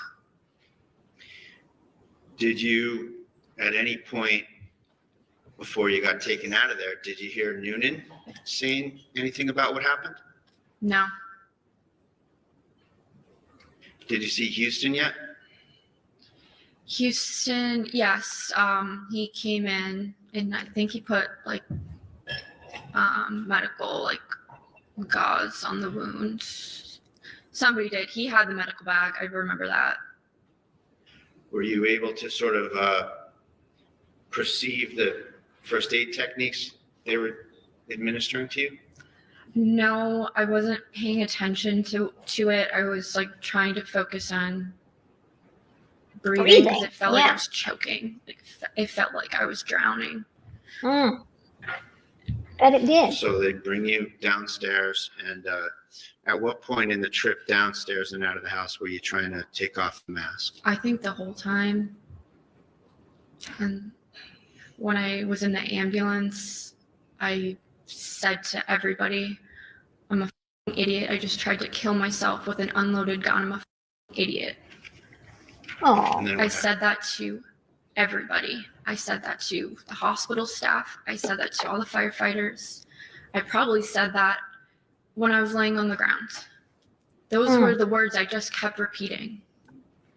What were they doing to you in the ambulance before the ambulance departed in terms of working on you?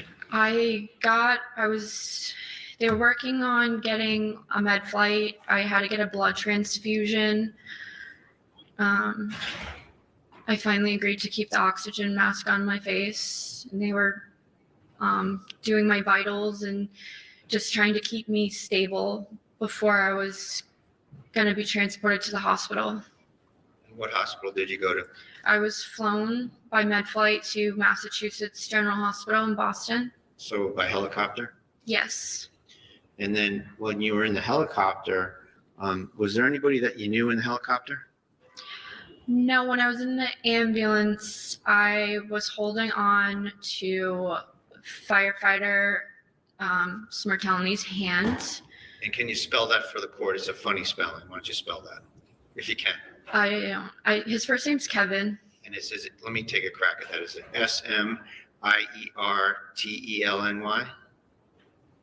Yeah, I think you're right. And did he go in the helicopter? No, he was holding my hand the whole time I was in the ambulance and comforting me. And I asked if he could go in the helicopter. I didn't want to let go of his hand. I asked, can you come in the helicopter with me? And he said, I can't, no one can. Okay. So you get in the helicopter, you're getting transported to Mass General, is it? Yes. Now, was there another problem with the oxygen in the helicopter? It either like ran out or it shut off. And when you're in a med flight, you're laying down and there's a person flying the helicopter next to you, and I just like tapped him and like gestured. I felt like I was drowning again. oh God. Felt like I was choking I couldn't get a breath. That's So sad. I just like told him, like, I couldn't talk, but I gestured like to the oxygen that was above me. It wasn't working. I think they had switched the tank or something or turned it back on. Something happened, but my oxygen got shut off in the helicopter and they had to fix it. Was that indicative of maybe some kind of a change of heart about whether you wanted to die? Yeah, I think so. It's hard to say in those exact moments because it took a lot of healing from the moment I decided to make a suicide attempt to now to be healed mentally. So I don't know what my exact thoughts were in that moment, but I know when I got to the hospital, I said, I'm a fucking idiot. I tried to kill myself with an unloaded gun. How could I be so stupid? What was the length of time that you were at Mass General? Like the length from when I was admitted to discharge, Dog's it was barking. 53 days. 53 How days. many operations have you had? I've had 5. What Oh, were the kind of the main issues that the Objection to the relevance. Relevance? just the circumstances, Your Honor, of what happened to her? Sustained. May I have a moment, please, Your Honor? Yes. Take your time.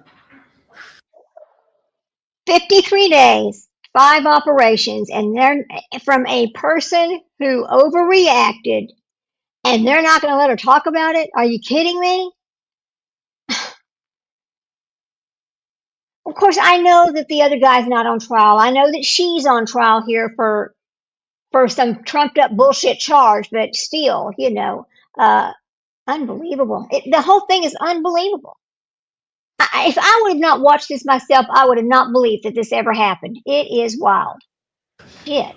How it ever came to this point is just unbelievable. It is from a simple restraining order. It should have never happened in the first place. I would really like to know what was on that restraining order, what he said. You know what? I think it's sealed. I don't think we can get it So. Yeah. because it's family court. I need to, let's take a 10-minute break, please. Okay. I'm glad they came right back. Good. You see how much time I have left. Ooh, I have about 15 minutes or so, and then I got to go cook my dinner. I cook my husband's dinner, and it's ready at 5.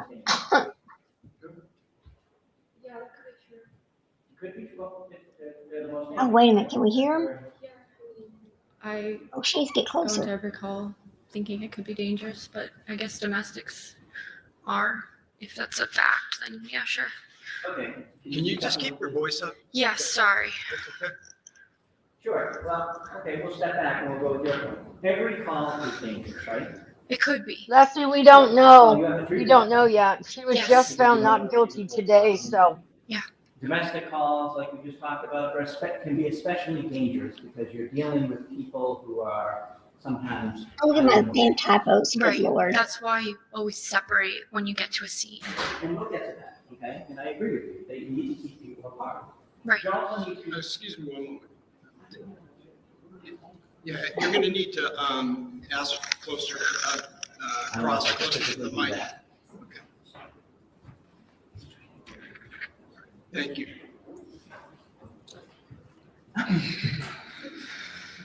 When you walk into a domestic situation, whether it's a restraining order that you're serving, whether it's a call for some sort of domestic violence, right? You walk in there with a heightened sense of awareness. Is that fair to say? As a police officer, you always have a higher sense of awareness. Okay. But domestics are kind of a different animal, right? Yeah, I guess so. And because emotions are involved, true? Yes. And sometimes the opposite of love isn't hate, it's anger, and things can go in 9 different directions in a minute. Is that fair to say? Sure. When you're dealing with someone who you know has a mental health past, Whoa. it can be even more volatile, correct? Volatile. Yes. I don't think I that's wouldn't fair. use that word as it pertains to mental health, sir, respectfully. There is as a police officer, there is a heightened sense of awareness, right? You're taking all the information in. In every call, yes. Yeah. Well, domestic violence call in particular. You don't agree? Well, they don't know going No, on I a do. domestic I if there's agree with mental you health. on How are every they supposed to know that? Right? That's right. He's talking about information that's not known. How is he bringing this in? Right. He's trying to bring it in like she's got a mental problem, right?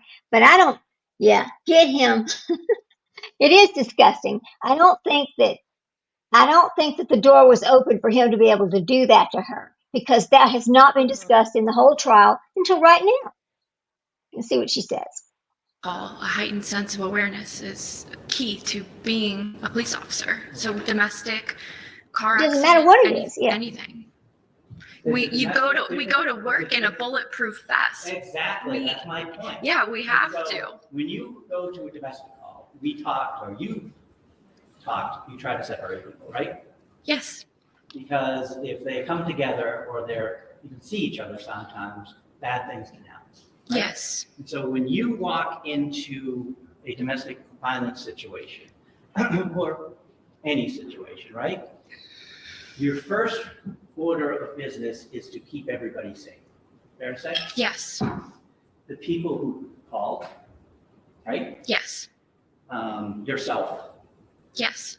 If you have a partner, your partner. Yep. The other officers. Yep. If there are family members there, you want to keep them safe. True?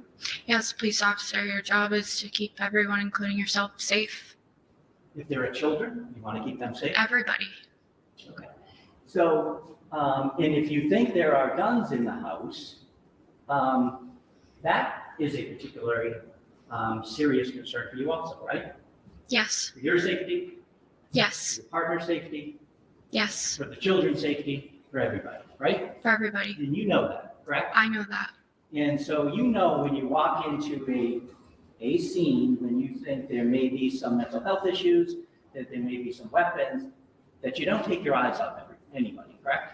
Yes. Okay. So you don't let someone walk into a room by themselves, right? You shouldn't know. You should have, I think with Officer Houston, you should be in their pocket, right? I'm not familiar with that phrase. Did he say that? You did. Okay. Well, if you're not familiar, you should be right near them, right? Yes. Because at any point, someone could grab a weapon, True. use a weapon, True. and especially when there's a heightened sense of volatility on some of these calls, right? Yes. And you know that as a police officer, correct? And Yes. that's just kind of common sense anyway, right? Yes. And you've been trained on that. Yes. And so you don't take your eyes off any of the parties, true? True. You don't leave them alone. True. That's what you're trained to do. That's what you're supposed to do. And that's pretty much common sense of what you do. That's what you're supposed to do. Yes. Right, okay. We agree on that. We do. Now, if there is you are a police officer, so you know other divisions of the forces, correct? Like SWAT. You understand what SWAT is, right? I was a very new police officer. I was only on for about 2 years. I'm not familiar with SWAT. I know it a little bit. Okay, so we'll talk about what you know. Okay. SWAT is like a special weapons tactical team. Yeah. I know that. I don't know exactly what their job functions are or what they do. Do you understand? Why is that this they even respond irrelevant? To highly Irrelevant. volatile situations that are dangerous. True? Yes. I don't know. If there is a weapon involved, someone's I think I don't know if he's going back to, well, they failed to secure the home when they went in to do But what they're isn't doing. that- They failed to secure the weapons. But isn't he Isn't from that the pro- state? Yeah, I was going to say he's a prosecutor, so they wouldn't be going down that route. That's what I was thinking Right. at first, but Yeah, prosecution, that would be going against their case. right. It doesn't make any sense at all, does it? So I don't know why he's going down that road. But I guess he needed something to question her about. I don't know. We'll see. barricaded, there's an active shooter, they respond. correct? Yeah, they go to everything that's bad. Because they're highly trained to deal with those situations. True? True. They're the ones who see guns all the time, see violence all the time, and have to react to a weapon. True? True. Because not every call involves a weapon. Some of them are, like you said, car accidents. True? Every call is very different. And so, but those guys are trained and picked because they deal with that stuff well. True?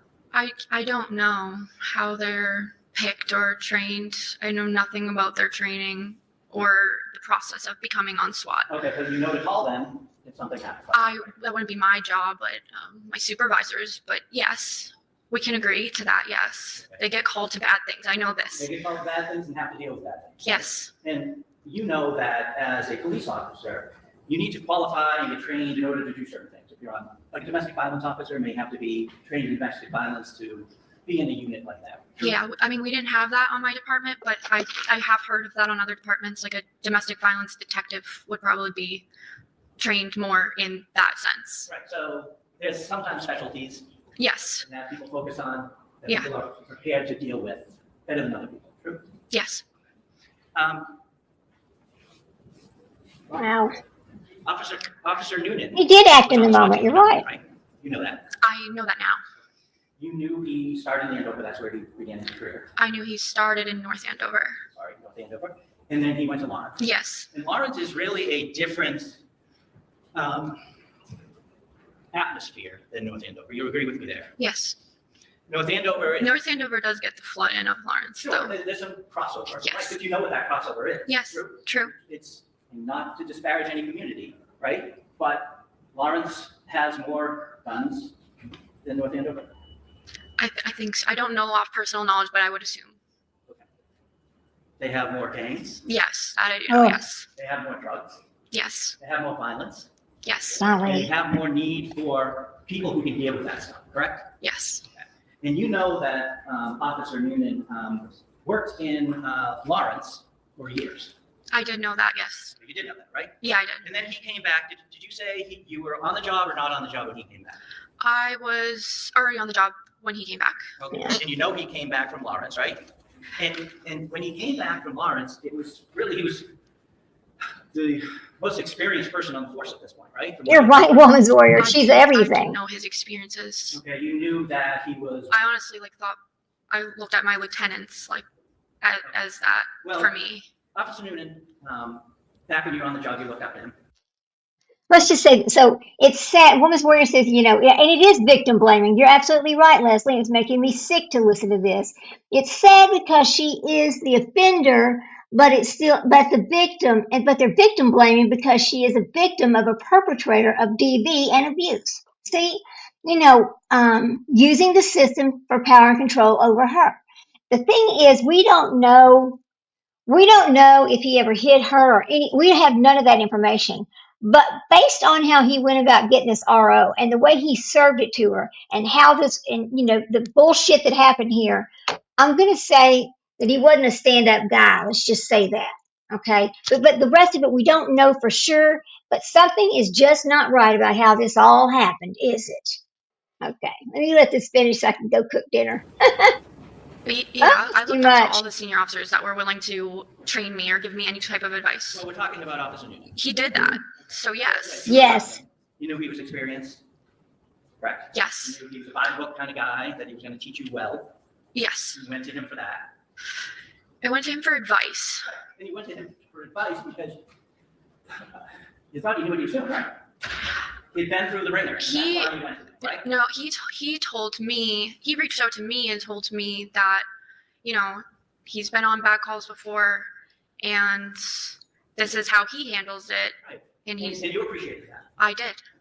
And it seemed like that was true with the advice he was giving you. Yes, yes, Gentleman about it. Right? yes. Okay.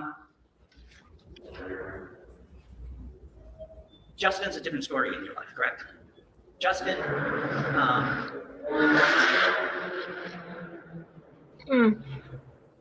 on June 30th, you had said that what was happening was a surprise.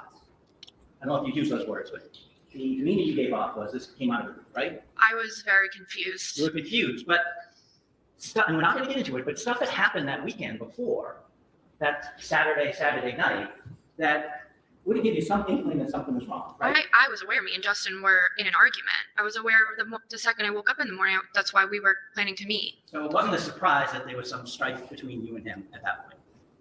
No, I knew that. I'm saying I was more surprised about being ditched at the common and the police involvement. Those were Well, the the. police had come to your house on that Sunday to check in on you, correct? I got accused of. I'm not asking what you were accused of. They came to see if I was okay. They thought I was in a car accident. I was never in a car accident. Okay. But they came to you because they were concerned about you, right? They thought I was in a car accident. And on the Monday, Somebody told them that. well, okay, we'll get back to that. Okay. Uh-oh. On the Monday, you were surprised by this order, correct? Yes, I was surprised by the order. And you say that you have No idea why this is happening. Right. You eventually think that you're, Katie's going to be taken away from you for a short period of time, right? You say short, and that's fine. But he was 4 months old, and it was 14 days. That's an eternity for me. I grant you that. Okay. Right, well, it's weird, we That is a can't. significant amount of time for any parent. Yeah, it's Okay? true. So I'm sure that was devastating to you, right? Yes, yes. And it was Justin who was doing that to you, right? It wasn't the police. No, right. It was Justin who went to court, who said, I should have custody of that child, correct? Correct. And so that's who was doing these things to you, right? Yes. So that's who your anger was focused on, right? That's right. I mean, I don't even know if I got to the point of grieving, of anger yet. I don't think I was there yet. But if any of my emotions were directed towards somebody, it would be Justin. Sure. Yes, Because you felt betrayed. I did.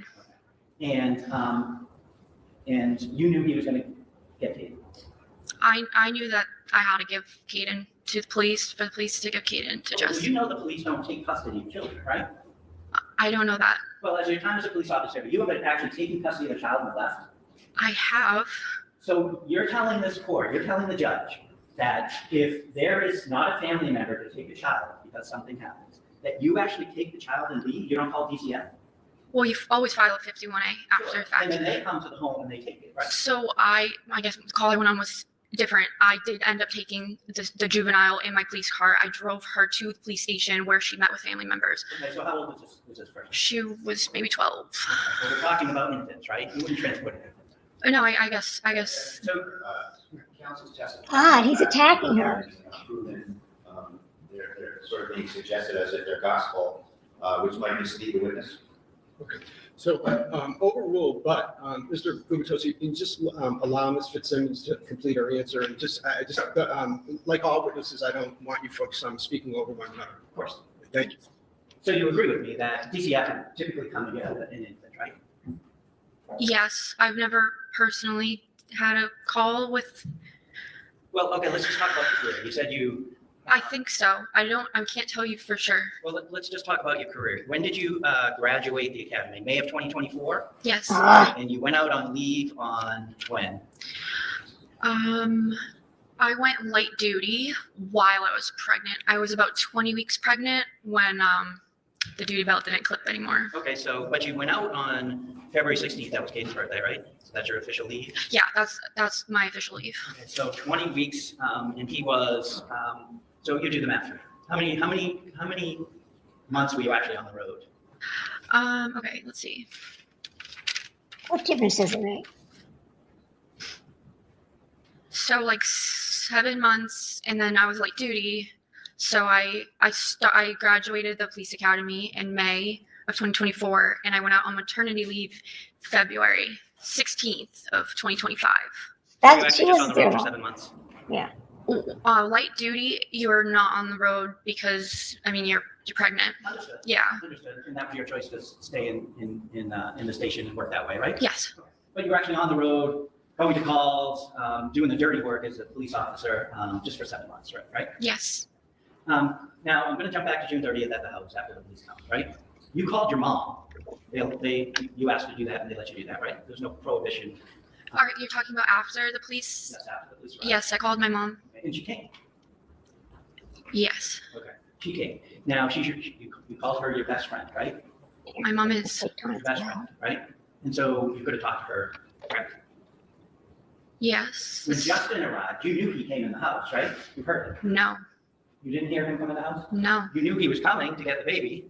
I No, never she expected didn't. a police officer to allow the victim or plaintiff in a case to enter the home where the defendant is. That, Well, you knew Amen. he was a child, right? yeah, but I thought that I passed Caden off to walk outside. I never thought, or I never knew Justin was in my home. You knew he was coming to the house.